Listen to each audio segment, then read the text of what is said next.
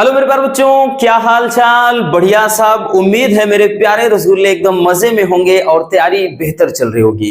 प्यारे बच्चों, आज के इस वीडियो में हम बायोलॉजी के मोस्ट इंपोर्टेंट डायग्राम को देखने वाले हैं कि आपके संपूर्ण किताब में कौन कौन से इंपोर्टेंट डायग्राम हैं। अगर हम डायग्राम की बात करें बच्चों, तो हर एक क्वेश्चन पेपर में 2 से 3 नंबर वाले क्वेश्चन में एक तो आता है कि नामांकित चित्र बनाइए, यानी चित्र बना करके उसका नामकरण करना होता है। बाकी बच्चों आपका जो लॉन्ग क्वेश्चन होता है 5 नंबर वाले में, तो उनमें भी आपका सचित्र वर्णन रहता है। तो यूं समझिएगा हर एक क्वेश्चन पेपर में कम से कम 5 नंबर का डायग्राम तो आएगा ही। तो चलिए देख लेते हैं कि कौन सबसे ज्यादा इंपॉर्टेंट डायग्राम है। ठीक है, बहुत ज्यादा आपको मतलब नहीं तैयार करना है, लेकिन हाँ कुछ भाई ऐसे हैं जो काफी ज्यादा इंपॉर्टेंट है बच्चों। तो पहला है जैसे स्फुटन के पूर्व पराग कोश के अनुप्रस्थ काट का नामांकित चित्र, यानी पराग कोश के ये मतलब पराग कोश के अनुप्रस्थ काट का ये नामांकित चित्र है। लेकिन इसमें भी बच्चों ध्यान देना है कि स्फुटन के पूर्व और एक स्फुटन के पश्चात या स्फुटन के बाद, यानी जब वो पराग कोश फूटा नहीं होता है तो उसके पहले का, और जब वो फूट जाता है यानी उसका स्फुटन हो जाता है तो उसके बाद का। दोनों फिगर आपके इंपॉर्टेंट है। जैसे यही आप देख सकते हैं बच्चों, देख सकते हैं कि 2023 में ये आया हुआ है, ये स्फुटन के पहले वाला है। ठीक, तो ये वाला आपका डायग्राम काफी ज्यादा इंपॉर्टेंट है। ठीक, वैसे बहुत दिन से बच्चों हम अगर बात करें तो टेलीग्राम चला नहीं रहे हैं, तो बाकी इसकी पीडीएफ हम वहीं पर भेज देंगे। एमके सर इंस्पिरेशन टेलीग्राम में भी जाकर सर्च मारेंगे तो आप ग्रुप में ज्वाइन हो जाना, वहां पर हम इसकी पीडीएफ भी डाल देंगे। क्लियर? चलिए बच्चों, तो ये पहला है, स्क्रीनशॉट करना हो कर लीजिए। चलिए अब हम देख लेते हैं बच्चों दूसरा क्या है। दूसरा आपका हमने बताया ना कि ये भी वही चीज है। अब दूसरे में क्या है, तो दूसरे में देखिएगा स्फुटन के बाद, उसमें स्फुटन के पूर्व था और ये स्फुटन के बाद पराग कोश के अनुप्रस्थ काट का नामांकित चित्र। अब देख सकते हैं कि ये 2018 तक पूछा गया है, उसके बाद नहीं पूछा गया। जैसे 2023 में स्फुटन के पूर्व वाला पूछ लिया है, तो 2024 में बच्चों ये स्फुटन के बाद वाला पूछा जा सकता है। तो ये भी पराग कोश की स्ट्रक्चर है। कब के? ये जब वो पराग कोश, जब ये देखिए ये फट जाता है, यानी इसकी जो लेयर होती है फट जाती है, जब परागकण बाहर आते निकलने लगते हैं तब की स्ट्रक्चर है। ठीक, चलिए तो इसको भी स्क्रीनशॉट करना हो कर लीजिए। बाकी तो हमने बता दिया ना कि हम टेलीग्राम में डाल देंगे, आप जाकर वहां से डाउनलोड कर लीजिएगा। चलिए बच्चों अगला देख लेते हैं। अगला जो है वो है आपका लघु बीजाणु, या फिर बात करें पराग कण का नामांकित चित्र, कि लघु बीजाणु या पराग कण का फिगर। तो ये परागकण का स्ट्रक्चर है बच्चों। देखिए परागकण में प्रमुख रूप से अगर हम बात करें तो ज्यादा है नहीं। पहला होता है जैसे बाह्यचोल, अंतःचोल, जनन छिद्र और एक रिक्तिका, इसके अलावा जो एक जनन कोशिका।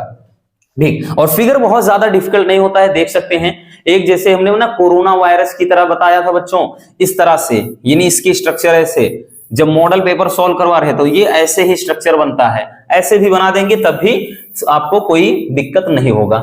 चलिए तो इसको भी जल्दी से स्क्रीनशॉट कर लीजिए। ठीक है, चलिए हो गया बच्चों।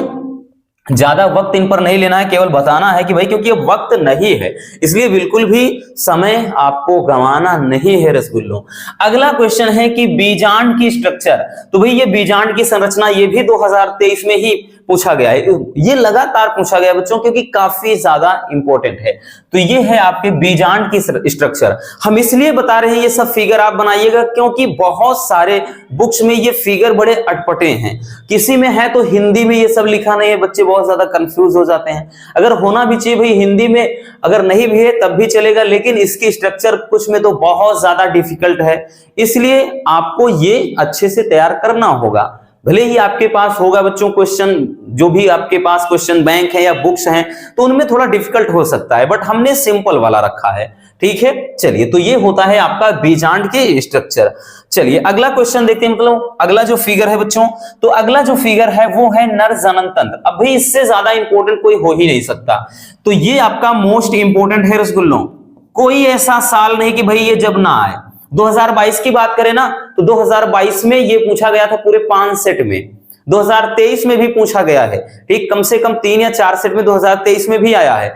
तो ये आपका 5 नंबर वाले में तो रहता ही सचित्र वर्णन, नहीं तो 2 नंबर में या 3 नंबर में जब आएगा तो कहेगा कि नर जनन तंत्र का नामांकित चित्र बनाइए। तो भाई ये चित्र बना करके नामकरण कर देना है। तो देख सकते हैं कितना सिंपल वाला फिगर हमने लगाया है, आप इसको अच्छे से तैयार कर लेना, यानी प्रैक्टिस कर लेना बना करके। चलिए बच्चों आगे देखते हैं अगला क्वेश्चन नंबर जो 6 है, यानी जो 6वां फिगर है वो है स्पर्म की स्ट्रक्चर, ठीक, स्ट्रक्चर ऑफ स्पर्म।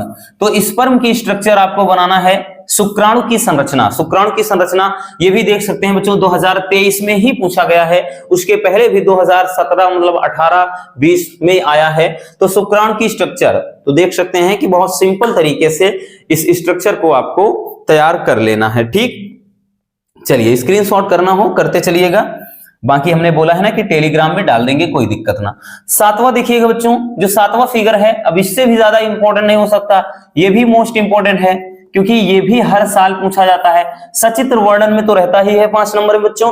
बाकी बात करें तो ना ये क्वेश्चन आपके मतलब जैसे नामांकित चित्र में भी होता है 2-3 नंबर वाले में, ठीक। 2023 में भी ये पूछा गया है 2 से 3 सेट में। तो ये है मतलब फीमेल रिप्रोडक्टिव सिस्टम, मादा जनन तंत्र। तो देख सकते हैं बहुत ही सिंपल सी स्ट्रक्चर है, बहुत ज्यादा डिफिकल्ट नहीं है, क्लियर। चलिए बच्चों इसको स्क्रीनशॉट कर लीजिए।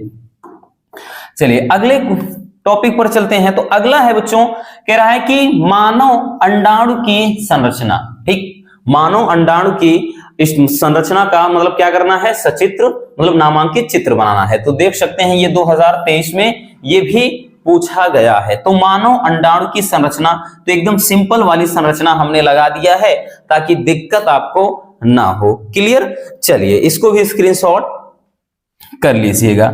चलिए बच्चों चलते हैं अगले टॉपिक पर।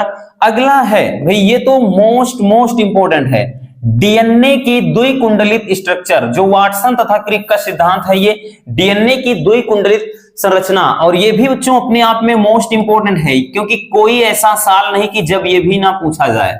तो ये भी आपकी डीएनए की द्विकुंडलित स्ट्रक्चर का आपको नामांकित चित्र बनाना है। अंदर ये जो आपको दिख रहे हैं ये जो क्षार जुड़े हुए हैं, तो इसमें थायमिन एडेनिन के साथ डबल बॉन्ड से है, ग्वानिन साइटोसिन के साथ ट्रिपल बॉन्ड से है, तो ये बीच वाली स्ट्रक्चर है, क्लियर। तो इसको अच्छे से तैयार कर लीजिएगा।